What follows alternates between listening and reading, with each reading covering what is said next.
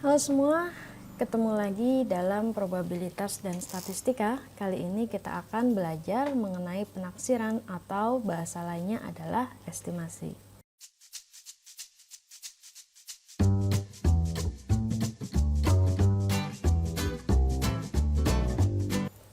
Nah, di dalam inferensi statistika kita ada dua hal yang harus digarisbawahi, yaitu teori inferensi statistika terdiri atas metode untuk menarik inferensi kesimpulan mengenai populasi. Jadi, ada suatu populasi kemudian diambil sebuah sampel dan inferensi yang dimaksud atau inferensi statistik yang dimaksud adalah dari data sampel ini kita gunakan untuk menjelaskan populasi. Nah, metode yang digunakan dalam menaksir parameter populasi itu adalah metode klasik dan metode bias. Metode klasik merupakan inferensi yang didasarkan sepenuhnya pada informasi yang diperoleh dari sampel. Sedangkan metode bias menggunakan pengetahuan subjektif mengenai distribusi peluang parameter yang tak diketahui bersama dengan informasi yang diberikan oleh data sampel tersebut.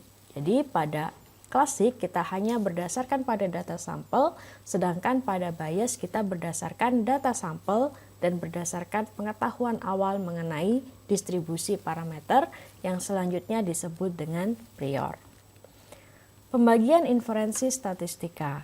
Nah, inferensi tadi dibagi menjadi dua, yaitu penaksiran dan pengujian hipotesis. Contoh dari penaksiran adalah seorang distributor ingin memasarkan produk baru yang ingin menaksir proporsi calon pembeli dengan menanyakan pendapat pada 100 orang. Nah, proporsi calon pembeli yang mau membeli barang dalam sampel dipakai sebagai taksiran populasi untuk menaksir berapa banyaknya pembeli dalam populasi yang sebenarnya. Jadi dari 100 orang tadi kita gunakan jawabannya ya, sebagai dasar untuk mengambil keputusan bagaimana kira-kira seluruh orang di dalam populasi akan menerima produk tersebut. Yang kedua adalah pengujian hipotesis. Nah, contoh, Ani ingin menemukan penyedap rasa mana yang lebih enak. Dia punya dua penyedap rasa, yaitu penyedap rasa A dan penyedap rasa B. Nah, dia membuat dugaan bahwa menggunakan penyedap rasa A lebih enak daripada penyedap rasa B. Ini nanti selanjutnya disebut sebagai hipotesis. Nah, setelah mengadakan pengujian, dia memutuskan apakah dugaannya benar atau salah. Dalam contoh ini, parameter tidak ditaksir tapi dibandingkan, yaitu apa? Apakah A lebih enak atau B yang lebih enak? Sebagai gantinya, kita akan membuat keputusan apakah hipotesis atau dugaan kita itu benar atau salah. Kembali kepada penaksiran. Penaksiran dibagi menjadi dua dalam cara penyajiannya, yaitu penaksiran tunggal atau penaksiran titik dan penaksiran interval atau penaksiran selang.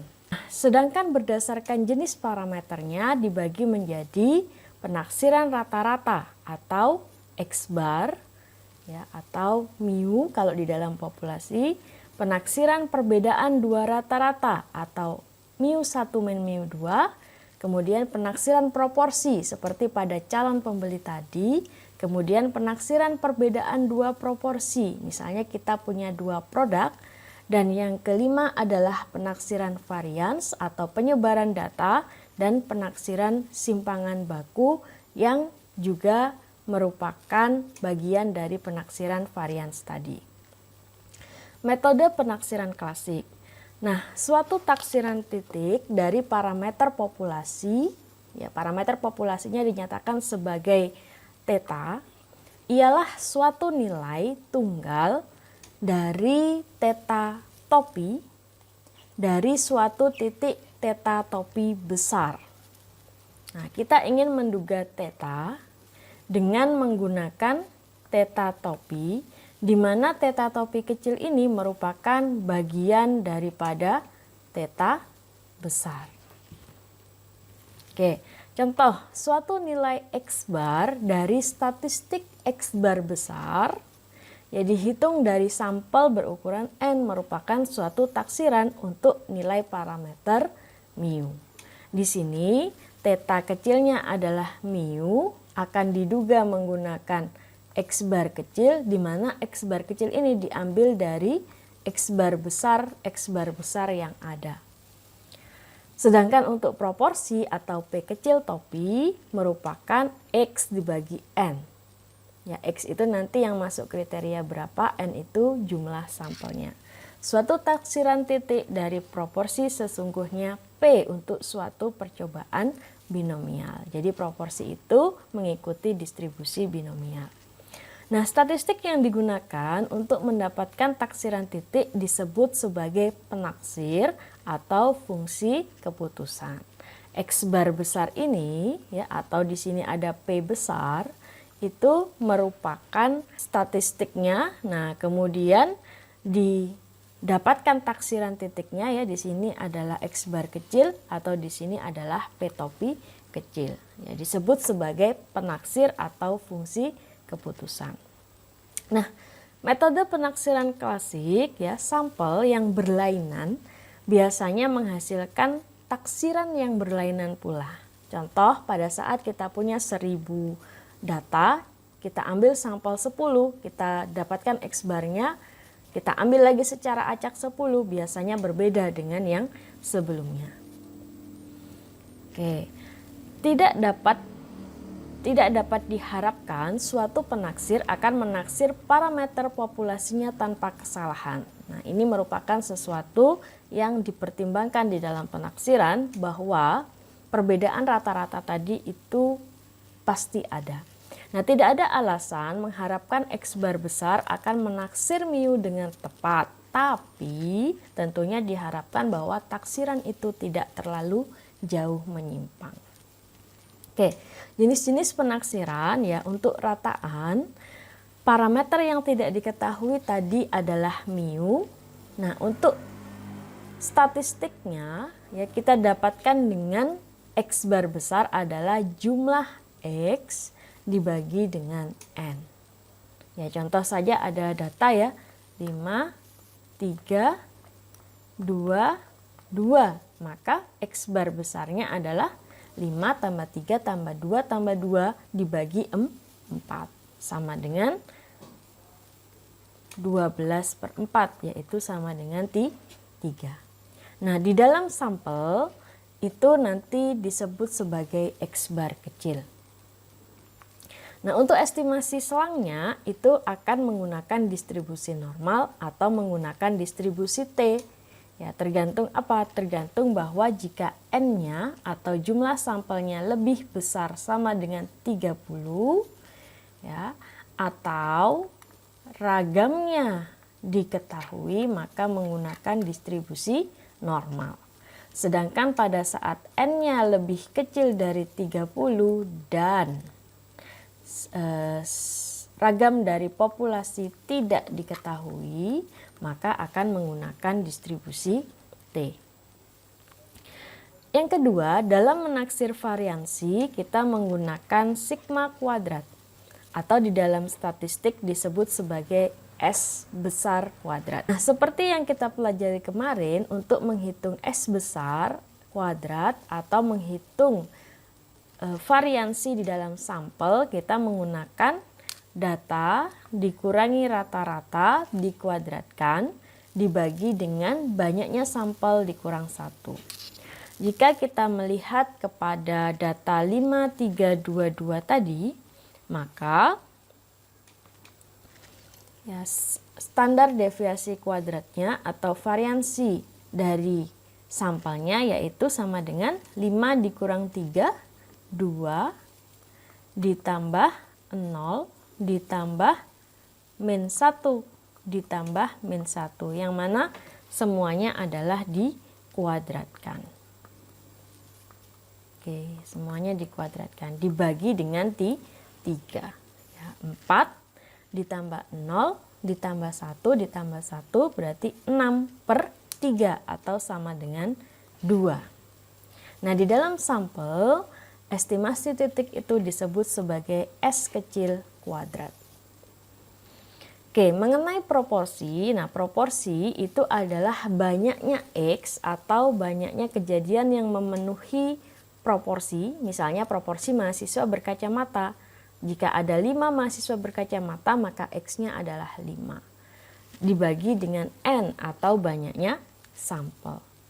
Untuk variansi tadi, estimasi selang itu menggunakan distribusi chi-square. Sedangkan pada proporsi itu menggunakan distribusi normal. Ya.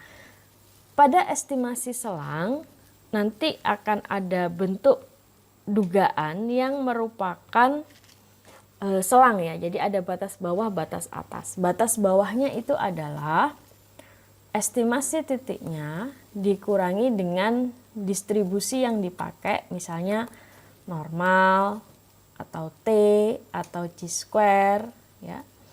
Kemudian kalau normal atau T itu dikali dengan standar deviasi sampel dibagi dengan akar N. Oke, kalau chi-square nanti beda lagi, tapi estimasi selang itu pasti terdiri atas batas bawah sampai dengan batas atas. Secara otomatis berarti batas atasnya itu adalah sama dengan statistiknya tadi ya, estimasi titiknya tadi ditambah dengan distribusi yang digunakan, kemudian dikali dengan standar deviasi sampel. Ya, seperti itu. Nah, kemudian untuk selisih rataan ya tinggal kita kurangi, namanya selisih berarti ada 2 populasi. Ya, jadi populasi pertama diambil sampel, dihitung rata-ratanya menghasilkan X bar, populasi kedua diambil sampel, dihitung rata-ratanya menghasilkan X bar 2. Jika kita menduga selisihnya, berarti yang kita duga sebenarnya adalah mu1 min mu2. Nah, secara statistiknya yang kita cari adalah X bar 1 min X bar 2.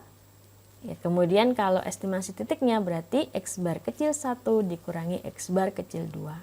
Nah, seperti sebelumnya ini bisa menggunakan distribusi normal atau distribusi T, tergantung banyaknya sampel dan apakah ragam populasi diketahui atau tidak.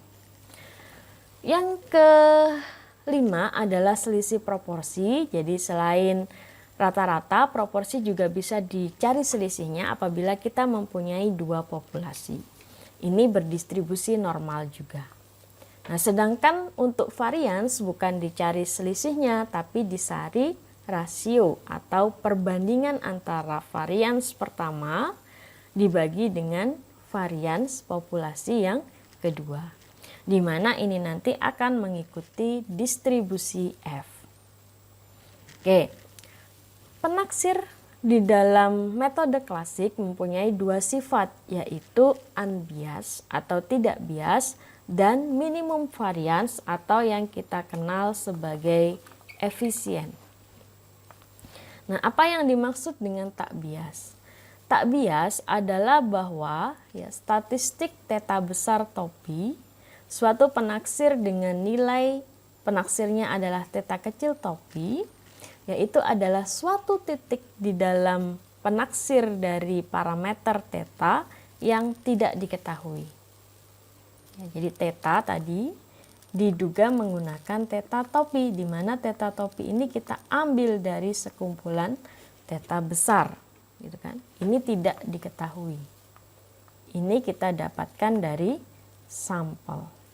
Nah, tentunya kita ingin distribusi sampel dari statistik yang theta besar tadi mempunyai rataan yang sama dengan parameter yang ditaksir. Jika sama antara apa yang ada di dalam sampel dengan yang sebenarnya, maka itu disebut sebagai tak bias.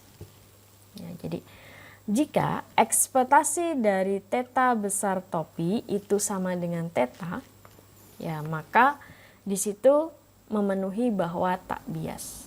S kuadrat besar ya merupakan penaksir yang tak bias dari sigma kuadrat. Hal ini bisa terjadi karena rumus S besar kuadrat itu dibagi dengan N-1. Jika kita bagi dengan N seperti yang ada pada varians, maka ini akan menjadi bias. Ya, jadi yang dinyatakan di sini ya, statistik-statistik ini itu sebenarnya adalah sudah merupakan penaksir yang tak bias dari populasi yang disebutkan di sebelah kirinya. Ya. Oke, kemudian variansi. Nah, untuk variansi maka kita ambil, karena kita konsep dari penaksiran adalah mengambil sampel, misalnya tadi ada 1000 sampel. Kita ambil 10 sampel yang pertama akan menghasilkan rata-rata sampel yang pertama. Kemudian kita ambil 10 sampel yang kedua, random sampling ya. Ini bisa yang tadi diambil lagi atau data yang berbeda, maka akan menghasilkan X bar yang berbeda. Dan pada saat kita ambil sampel yang ketiga, keempat, dan seterusnya misalnya sampai ke K, maka dia juga akan menghasilkan nilai X bar yang berbeda. Oke. Nah, saya berikan sebuah gambar ya, sebuah gambar di mana ada masing-masing sampel yang diambil ini akan mengikuti distribusi normal misalnya. Nah, misal parameter yang sebenarnya itu bentuknya distribusi normal seperti ini ya, dengan tetanya di sini. Teta di sini misalnya adalah rata-ratanya. Nah, maka apabila pada sampel yang pertama ternyata distribusinya adalah seperti ini. Nah, maka rata-ratanya adalah sama, tapi variansinya itu adalah berbeda. Ingat, variansi itu adalah standar deviasi kuadrat ya, di mana menyatakan jarak dari rataan sampai ke titik belok distribusi normal. Pastinya di sini ya, sigma itu lebih besar daripada sigma 1. Oke, daripada sigma 1. Oke, nah apabila kita punya penaksir yang kedua, ya yang kita ambil dari sampel yang kedua misalnya. Nah, maka jika bentuk sampel yang kedua adalah seperti ini, ya kita dapat nyatakan bahwa rataan itu kan titik tengah dari distribusi normal yang paling tinggi, ya. Maka rataan dari sampel yang kedua ini itu tidak sama dengan rataan dari populasi yang warnanya kuning tadi. Nah, ini sudah menyatakan bahwa ini tidak bias ya, ini adalah bias. Kenapa? Karena E2 itu tidak sama dengan theta. Ya, tapi variansinya lihat, variansinya adalah sama ya. Ini lebarnya sama antara rata-rata sampai ke titik belok dan rata-rata untuk sampel yang kedua ya ke titik beloknya. Oke, nah misal ada satu lagi kita mengambil sampel yang ketiga dan ternyata ya variansnya mirip dengan sampel yang sesungguhnya. Nah, misalnya sama dengan ini ya. Tapi ini misalnya sampel yang ketiga. Nah, tapi coba dilihat bahwa ya, standar deviasi dari sampel pertama dan sampel ketiga itu lebih kecil daripada sampel yang ketiga. Jadi standar deviasi dari sampel pertama itu lebih kecil daripada standar deviasi dari sampel ketiga. Maka secara otomatis kita mengambil sampel yang ke satu. Ya, kenapa? Karena dia tak bias, ya. Jadi apa namanya, tetanya sama dengan yang diharapkan dan variansinya adalah yang terkecil. Dari penaksir titik, ya. Jadi untuk populasi normal X bar, ya, variansi penaksir tak bias untuk populasi akan tetap X bar lebih kecil daripada variansi X bar satunya. Nah, ketelitian akan meningkat bila samper membesar, ya, tapi tetap tidak mungkin mengharapkan taksiran titik sama dengan nilai di populasi. Dalam banyak hal lebih disukai menentukan suatu selang yang kedua ujungnya diharapkan mengapit nilai tersebut atau kita sebut sebagai taksiran selang. Oke, tentang penaksiran selang, ya, penaksiran selang dari suatu parameter populasi, ya, adalah suatu selang yang terbentuk dari penaksir batas bawah sampai dengan batas atas dan di tengahnya itu adalah nilai parameternya. Nah, nilai theta 1 kecil dan theta 2 kecil itu tergantung pada statistik theta, ya, untuk suatu sampel tertentu dan juga distribusi sampel yang sudah kita nyatakan di sini tadi.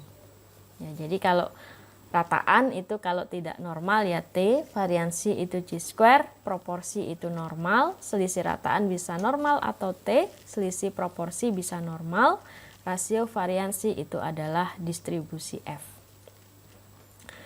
Oke, nah dari distribusi sampel dapat kita tentukan theta 1 dan theta 2 sedemikian hingga, ya, peluang dari theta 1 kurang dari parameter yang diduga kurang dari theta 2 adalah sama dengan nilai positif yang kita inginkan.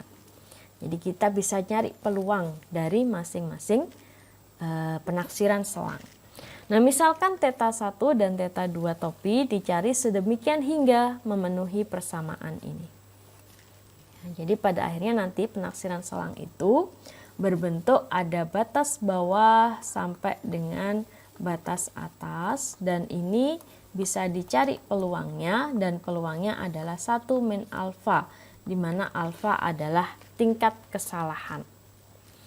Ya, alfanya berarti karena tingkat kesalahan, ya, peluang berbuat salahnya bisa antara 0 sampai 1.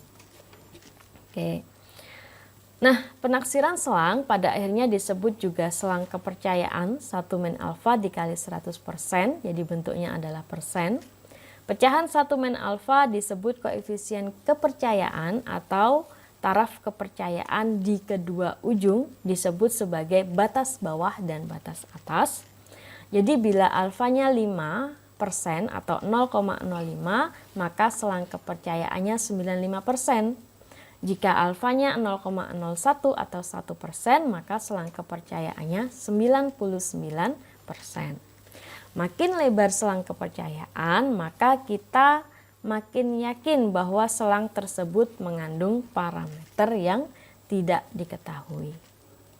Contoh, ya, mana yang lebih baik? Ya, percaya 95% bahwa rataan umur suatu transistor televisi antara 6 sampai 7 tahun atau kita percaya bahwa 99% umurnya antara 3 sampai 10 tahun. Ya, kalau kita nyatakan di dalam yang tadi, peluang bahwa umurnya dalam rata-rata ya 6 sampai 7 tahun dengan selang kepercayaan 95%, ya, 0,95 atau peluang dari 3 sampai 10 tahun dengan selang kepercayaan 99%. Yang pertama selangnya lebih sempit, ya, selisihnya cuma 1. Yang kedua, selangnya lebih besar tapi tingkat kepercayaannya lebih tinggi. Maka sebenarnya kita tidak bisa memilih keduanya ya. Yang ideal adalah selangnya lebih sempit tapi kepercayaannya lebih tinggi. Ya. Oke, itu saja yang dapat saya sampaikan tentang teori dari estimasi titik dan selang.